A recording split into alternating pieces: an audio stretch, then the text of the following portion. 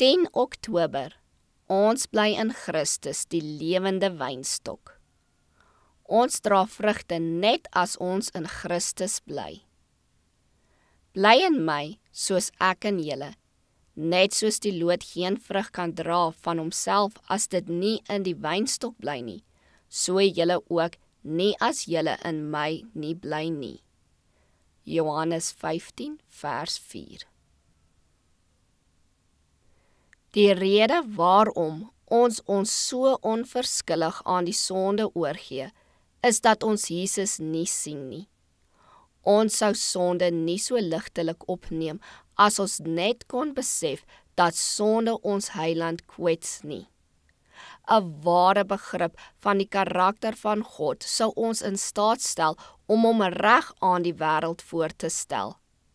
Karasheid, grofheid in woord of gedrag, kwaadsprekery, driftige woorde kan nie bestaan in die siel wat die oog op Jesus gefestig hou nie. Hy wat in Christus bly, verkeer in 'n atmosfeer wat sonde belet en nie die minste verskoning bied vir enige iets van die aard nie. Die geestelike lewe word nie van binne af gevoed nie, maar put sy voedsel uit Christus, net soos die loot uit die wynstok. Ons is elke oomblik van Christus afhanklik. Hy is ons bron.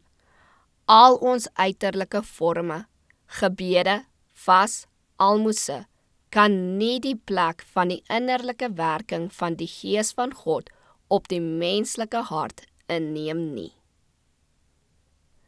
Wanneer 'n mens volkome van die eie ek ontslae is, wanneer elke valse god uit die siel verwyder is, word die leegte gevul deurdat die Gees van Christus invloei.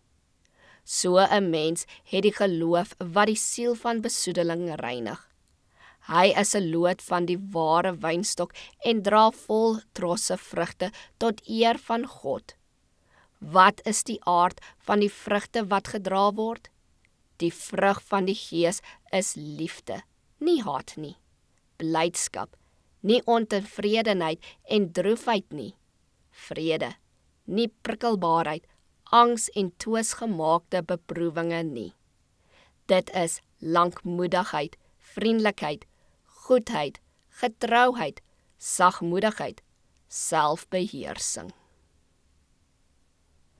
Die een loot moet nie op die ander teer nie. Ons lewe moet uit die onderstam kom.